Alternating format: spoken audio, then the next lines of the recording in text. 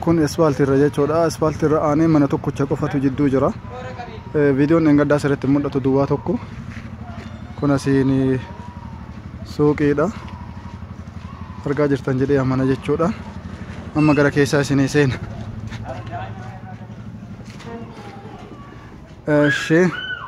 Akkana jira jechuudha. Maashaallah tabaarakallah.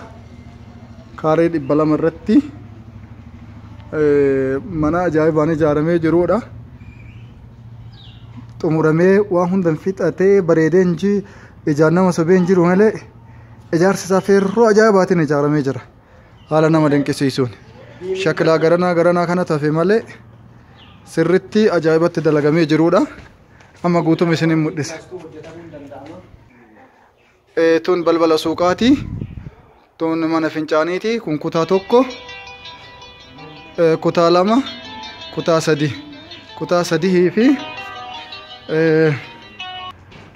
kun asiin akkanatti jechuudha. Wanni hunduu kadhumate rabbi keessa isin haa galchu. Kun koloderiidha, bakka magsala harkaatti midheessanidha. Asiin kun saalooniidha. Saaloonii keessummaadhaaf sirritti haala mijataadhaan guddaadha. Akka fedhaniif nama gaha.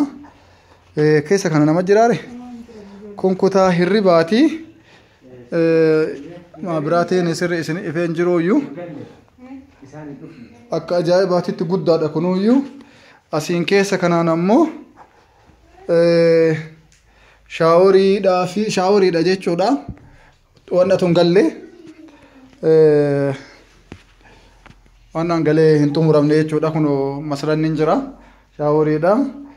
Waan xiqqishumatu hafa malee wanni hunduu kadhumatee jirudha. Maashaallah tabaarakallah. Asiin akkana arguurra jirtanii manni mana ajaa'ibaati.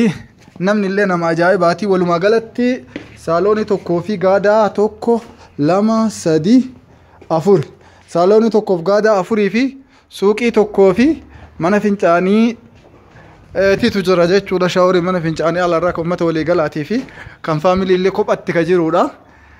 Manni kun bifa kanaan ijaaramee jira. Feerroon inni ittiin ijaaramee jiru iyyuu ka ajaa'ibaati. Shakila lafa kana gaggalee bifa ifeen jiru malee itti nafneedha. Miliyoona 2,500 malee jedhanii dadhabamee jira. Meebii garuu akka tasaa miliyoona 2,400 gurguramuun hin kajeelama.